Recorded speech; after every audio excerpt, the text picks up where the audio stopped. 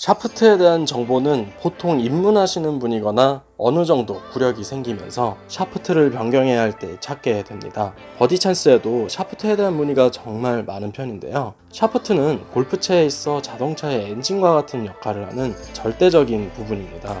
안녕하세요. 골프에 대한 다양한 이야기를 나누는 시간 버디 찬스입니다. 보통 우리 아마추어 골퍼들은 샤프트를 찾으실 때 샤프트의 중량을 골퍼의 근력을 통해 설정하고 샤프트의 플렉스는 스윙 스피드 관계에 맞춰서 선택하실 겁니다. 이것은 샤프트 선택에 있어 대부분이 생각하는 출발점이기 때문이죠. 오늘은 샤프트에 대해서 어떻게 이해하고 접근해야 할지 알아볼 텐데요. 샤프트를 고르는 데 있어서 중요한 요소는 무엇일지 하나씩 알아보도록 하겠습니다.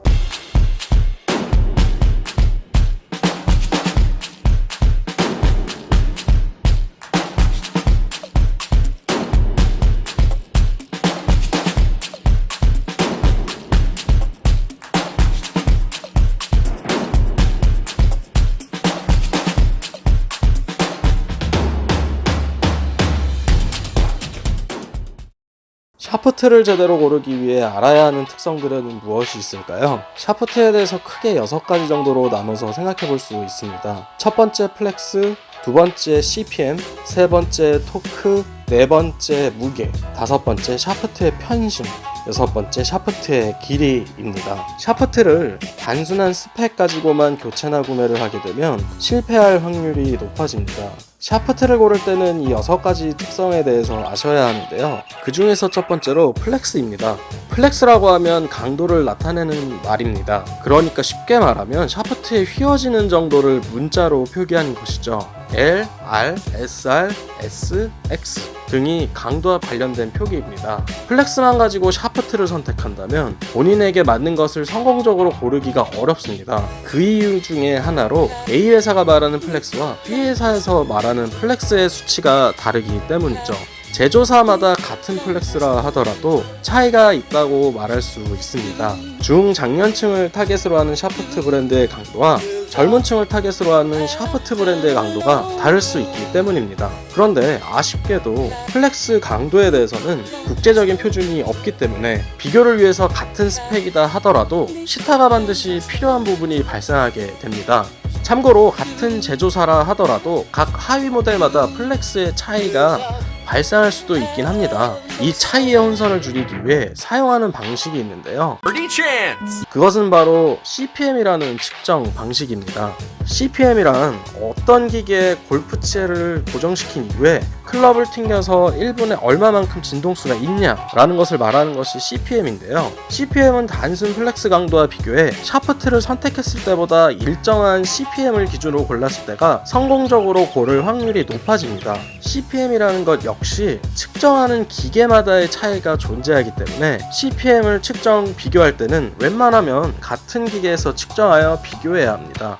같은 기계에서 측정을 하더라도 튕길 때마다 사람의 힘에서 발생하는 오차가 존재하기 때문에 측정값이 약간씩 다를 수는 있습니다. 피터마다 튕기는 힘이 일정하지 않기에 이런 오차가 발생하는 것이죠. 그래서 보다 정확한 CPM의 값을 구하기 위해 측정을 한 번에 끝내는 것이 아니라 2번, 3번 하여 값을 구하는 경우가 대부분입니다. 추가로 같은 샤프트라 하더라도 CPM 측정 시에 피팅샵 A를 갔을 때와 B를 갔을 때 숫자가 약간 다르게 나오는 경우도 있습니다. 측정 기계나 가하는 힘의 균일성의 오차는 기술력으로 어느 정도 보완이 되고 있지만 아직은 완벽하지 않기에 이런 아쉬운 부분이 존재합니다. 그러나 이는 우리 골퍼들이 받아들이는 것이 오히려 편할 수 있습니다.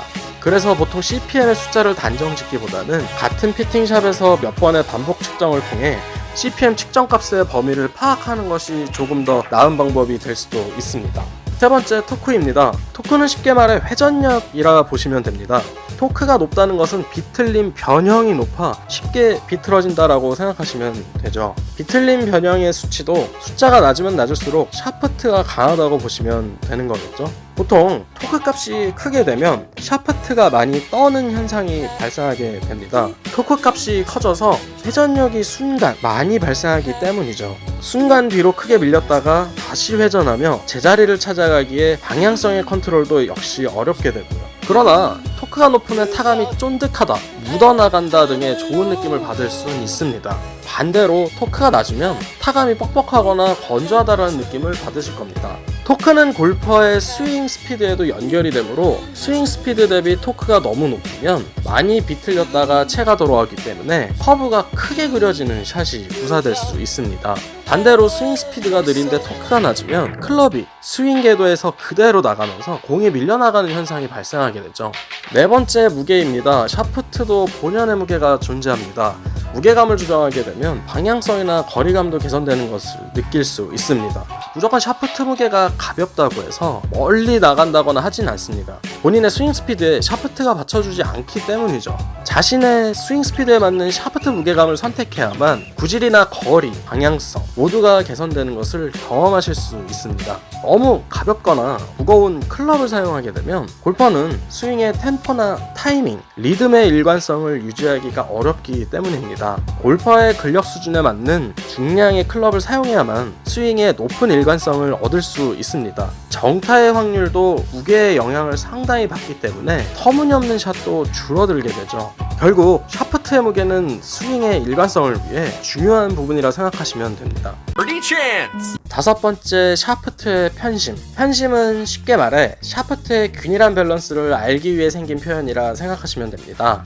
샤프트가 만들어지면서 원형이라는 것은 인간의 기술적 한계가 존재하기에 완벽한 원을 만들어내기가 쉽지 않습니다. 마감이나 접지 부분에서 무게 밸런스 오차가 발생할 수 있다는 것이죠. 샤프트 벽 두께가 균일하지 못한다거나 360도 균등한 힘을 갖지 못하는 등 말입니다. 편심도 편심 측정기라는 기계가 있습니다. 편심 측정기로 샤프트의 편심을 측정했을 때 샤프트의 흔들림을 보면서 일정한 흔들림이 발생하는지 살펴보는 방법입니다. 편심을 찾는 것이라는 것은 결국 샤프트가 헤드에 장착되고 골퍼가 스윙을 했을 때 일정한 힘과 휘어짐을 전달케 하여 비거리나 방향성의 오차를 줄이는 것에 목표를 둔 거기 때문입니다. 골퍼들이 로봇처럼 항상 일정한 스윙을 하기에는 불가능에 가깝기 때문에 편심에 의한 오차가 큰 의미가 있을지는 모르겠지만 샤프트의 느낌을 많이 받거나 영향을 받는 골퍼들에게는 샤프트의 편심이 의미가 분명히 있지 않을까 생각합니다.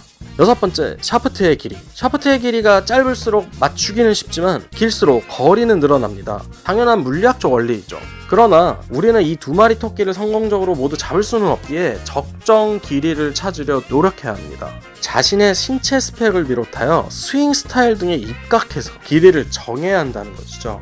최우선적으로 본인의 신장을 고려해서 선택하시는 분들도 계시고 비거리 확보를 위해 긴 샤프트의 길이를 선택하신다든지 길이가 길어서 편안함을 느끼고 선택하시는 분들도 계십니다. 이 중에 어느 것이 정답이라고 보시긴 어렵습니다. 그러나 신장과 길이, 비거리를 확보함에 있어 샤프트의 길이는 영향을 아주 크게 미친다고 보여지지는 않습니다.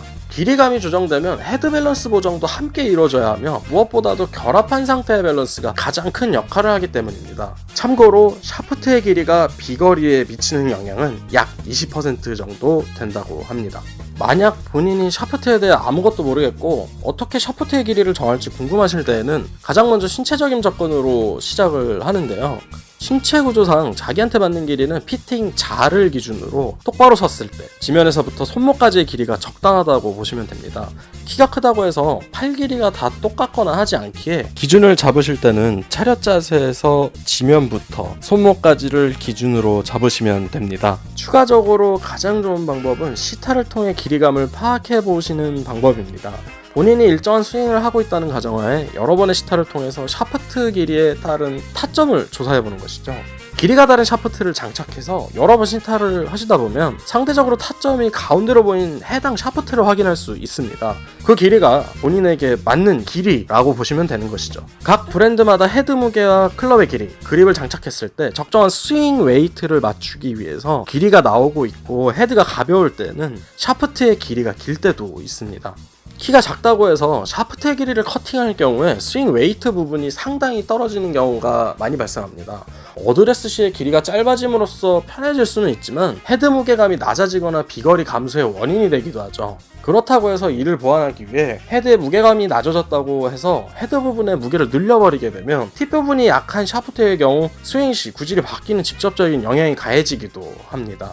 반대로 자른 이후에 다시 길이를 연장하고 싶어 연장을 할 때는 샤프트를 추가로 접지를 시킬 때 더 많은 양의 무게가 들어가기 때문에 밸런스가 깨질 확률이 높은데요. 이럴 경우에도 역시 전문 피터와 충분한 상담 이후에 결정하는 것이 좋습니다. 샤프트에는 이외에도 무궁무진한 요소들이 존재합니다. 말씀 못 드린 킥포인트, 임팩트 할 때 샤프트가 어느 부위에서 휘어지는가를 나타내는 말인데요. 킥포인트 설정에 따라 탄도에 영향을 받는다던가 등등 샤프트와 관련된 여러 요소들이 있습니다. 이렇듯이 우리는 샤프트를 구매하기 위해 엄청나게 다양한 정보를 찾으며 고민하고 여기저기에 물어보기도 합니다. 우리의 스코어를 하나라도 줄일 수 있다면 당연히 골퍼로서 해야 할 일인 것이죠. 본인에게 잘 맞는 샤프트를 선택하기 위해 우리가 알아야 할 것들에 대해서 소개시켜 드려봤습니다. 이 내용이 여러분들에게 도움이 되셨길 바라며 버디 찬스 여러분들의 버디를 응원합니다.